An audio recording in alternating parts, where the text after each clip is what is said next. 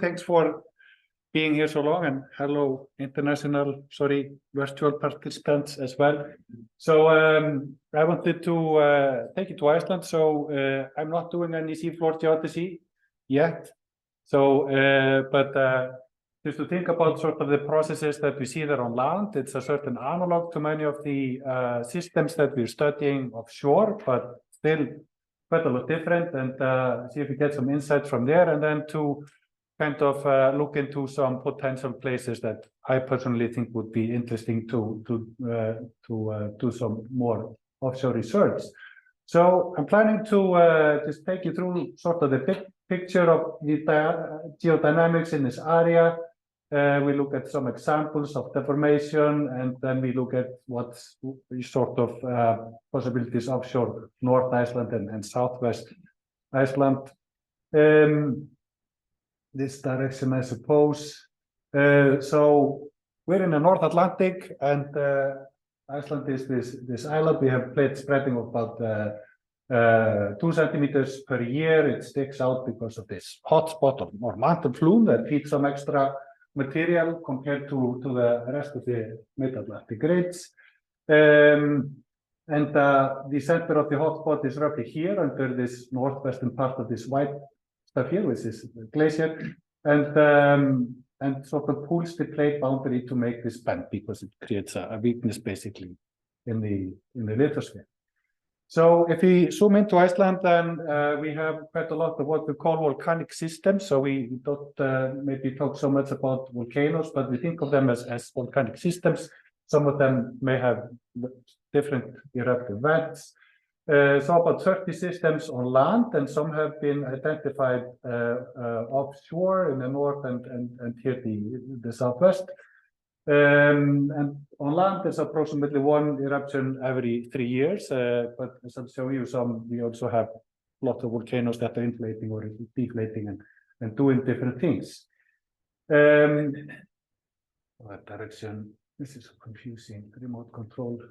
So just a note about the volcanic system. So it is as opposed to volcanoes. So they really consist of some sort of center of production, and then we have what we call a fissure swarm. So because we're at the diverted plate boundary, we get dikes shooting out, and they cause fissures to form and fractures. So the actual length of the system is usually can be tens of kilometers. Easily up to 100 kilometers. And within the system, there's usually a consistent petrological signature, which means that the magma that comes in there is different from what is in the adjoining system. And sometimes there are some calderas and geothermal systems, but not always. Also quite a bit of earthquakes there. This is here I'm showing 4 years of seismicity, and it outlines quite well the plate boundary as it goes through here, and we have these major seismic zones in the north and in what we call the South Iceland seismic zone. Largest earthquakes are magnitude 7 roughly. So these are really transform zones, let's go in a different direction. So the big picture in terms of the deformation. If you look at the horizontal motion, which is dominated by plate motion, we have here the North America moving to the northwest compared to the stable Eurasia plate. So these are just direct measurements from campaign GPS measurements that were done in 93 and 2004. So they help us also to draw where is the current plate boundary axis. So if someone goes swimming in the Silvra, people want to also go dive in this region here. You're not really at the main plate boundary in Iceland. Sorry for that. So that's the big picture with the horizontal motion, and then with the vertical motion, then we have uplift that's up to about 3.5 centimeters per year. So it's almost double of what we have of divergence, and this is because the glaciers are melting, climate change, and these are direct measurements of that from GPS and INSAR. Some part of the signal is, of course, offshore, so it's potential to measure GI signals also offshore. We have about 1.5 centimeters per year here near the coast, but I'm not sure really if it would add all that much information since we see most of the signal anyway. Then there are some areas that are subsiding consistent, maybe 5 millimeters per year of subsidence here in the north, and up to close to a centimeter per year here in the southwest for different reasons. So that's interesting. So that's kind of the big picture, and I wanted to just look at two examples of deformation. One from the last eruption, or now the second last eruption we had. This is a picture from 2021, so-called Paradalsfjall eruption, and that was an interesting eruption. We got some nice data from it, and this figure that here is showing the color scale is showing the vertical deformation from the crustal deformation that led up to the eruption. Okay, so before the lava started coming out, magma was coming into the crust and forming a dike. That was this kind of red line here. The scale here is 5 kilometers, so this was like a almost 10-kilometer long dike. And the part of the plate boundary with a different stripe was also activated with some shearing, and also some larger magnitude earthquakes, 5.5, which caused some deformation occurred as well. So we have about 30 centimeters of subsidence, and then we have about 15 centimeters of uplift, and it's the dike that's controlling the signal. So, and this really highlights when we're doing measurements at these mid-oceanic systems that to have lots of instruments, because if you have just one or two instruments, we have uplift or subsidence. I mean, what is it really telling us? If we have dikes forming, they have a much more complicated deformation pattern compared to as if you have just simple uplift or subsidence. Maybe the take-home point from this. And then afterwards, when the eruption started and this lava here started oozing out, we didn't get so much deformation because the magma was coming from really deep down in the crust. So at about the around the Moho depths, basically. So 17 kilometers or so in this region. Right. Another example, we had an eruption in 2014 to 15 from a volcano called Bárðarbunga. That was a very interesting event. So this is one of these sort of largest, what we call central volcanoes or volcanic systems in Iceland. It has a long fissure zone, so we had a 40-kilometer long dike that shot out, took this interesting 90-degree bend, and then went along the fissure swarm, caused a lot of deformation. This is the dike-related deformation that we see here mostly, but we also have some subsidence because magma was leaving the magma chamber. And this eruption was maybe particularly interesting because accompanying when magma was flowing out, we had about 2.5 cubic kilometers of magma go out. So it was a large eruption. Was that it's driven out by this piston motion. So something similar to what was happening perhaps in Mayotte. So this is the picture, kind of a cross-section through here, what was happening. So piston going down, having to drive out the pressures, form a dike and drive magma really out to the surface. And the caldera subsidence amounted to 70 meters, 70. So lots of subsidence there. So, and now we wonder what is going on at the volcano, because this eruption ended in 2015. And it seems like this piston is coming up. We know that from earthquakes that are happening at the rim, they have exactly the opposite, while both focal mechanism and just the total traces of them are just inverted from what they're before. And also there have some gravity measurements been done that indicate there's a piston coming up. So gravity can also be used for ventilation. Okay, so we learned from this, we can get some large deformation as well.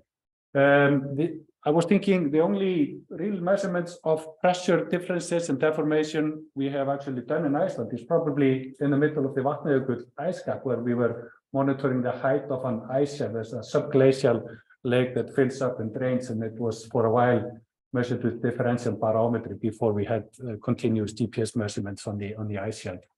So it goes up and down by about 100 meters easily. Okay, so let's look a little bit more into what's going on in North Iceland. So it's a little bit complicated zone. We have some mixed volcanics in one part, and then we have a transform fault here. We have some rifting in some parts here. We have what I call here a mystery zone because we have lots of seismicity, but no really deformation there. Nice to look at the multi-beam results from here because it shows us really these other volcanic systems that are here offshore, which I think would be interesting to look at. So let's look at the depth scale here. So the deepest parts are at about 700 meters. So these are very shallow water speed compared to what the systems that you've been looking at. And some of these are just, like at 100 meters depth or something like that. So different challenges in doing deformation observations there. So there have also been done some chert profiles across some of these grapens here, and kind of nice results that come out of that. There are some eruptions that display basically tephra or ash, and they become these reflective markers for when chert profiles are done across there. So one can actually see fault motion in there. And I think the next figure probably shows this better, a cross section of these profiles which have been offset in the past 10,000 years. We can then take course through the sediments and identify which age we're at in the different faults. But the overall picture is that, we have quite a bit of faulting in these sort of, I call it just dry rifting areas where there's no magma coming up. It's only faulting. And 3 years ago, we had magnitude 6 normal faulting earthquake, which is quite large for this part of the mid-Atlantic ridge, and the largest earthquake in North Iceland for about 30 years. Interesting sequence. There were some rock faults, no large landslides that were triggered, but there are quite a lot of landslides in this area. Nevertheless, there have been tsunamis related to that, things like that. So interesting event, and in terms of the deformation, we only have really some GPSs on land and on a couple of islands here, all quite far away, and we don't really know too well what's happening in terms of the deformation. So I think also would be great if we could do something to improve that. In this region, there are lots of seismic swarms. Here's an island called Grímsey. People live there, and there are these seismic swarms every few years, magnitude 4.5, 5.5 earthquakes. Sometimes it's a little bit like a main shock aftershock sequence, but often it's quite swarm-like. And people have wondered quite a bit if this is associated with magma movements or dike injections and things like that. And that's just something that we don't really know. We don't have deformation measurements that are close enough to help us really with it. Just to point out some possibilities for projects. And here's just a zoom in on the bathymetry of the region. There are some of course, some faulting. So much of this could be just tectonic, these earthquake swarms. And we also have quite a lot of volcanics there that seem to be reset in some sense, unfaulted. So if we go to the south, here we have we're now off the coast here, looking at multi-beam data here offshore, and there are some volcanic systems here on land, and then we have quite a lot of them out here. And there was a study that tried to identify the years that you see here. These are times of eruptions. The last one was in 1926. So this is also why some of these studies have to be long-term studies, that we can have very long times without eruptions, maybe not much going on. But there are also frequent seismic swarms in this region, and we don't know if there are any diking or uplift or subsidence going on. And here's just a picture a little bit further southwest on the ridge.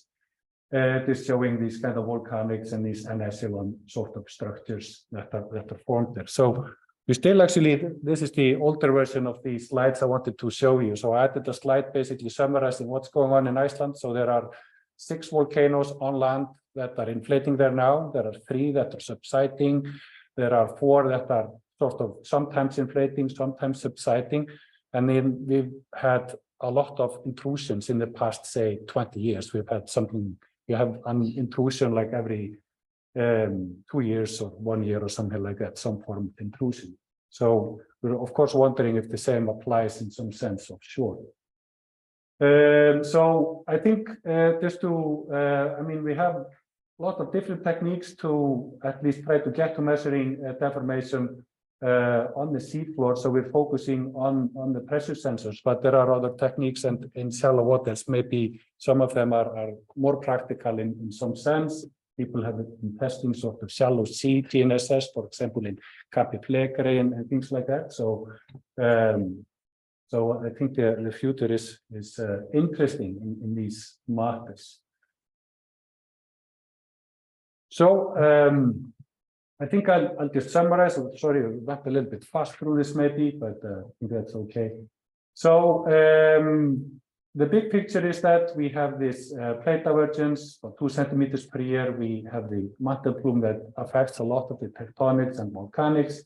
We have GI response and up to, well, 3.5, 4 centimeters per year, something like that of uplift. Volcanic systems, there are several systems that are offshore. The last verified offshore eruption was not on the ridge. It was an intraplate eruption called at a place called Surtsey, extension of what we call the Eastern Volcanic Zone. So we can also have eruptions in some different regions.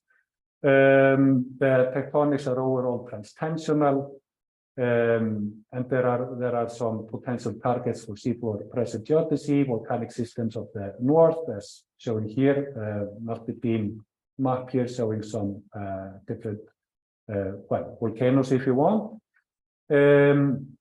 These are rift systems, southeast coast of Iceland, if people want to go for GA, Reykjanes Ridge volcanic systems. Then we have also some landslides. And on land, it would be interesting, maybe would be interesting to have some pressure meters just in lakes. That's also something we have some volcanic systems that are partly covered by just shallow waters.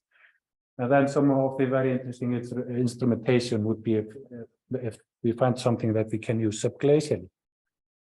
So I'll just finish with that. Thank you.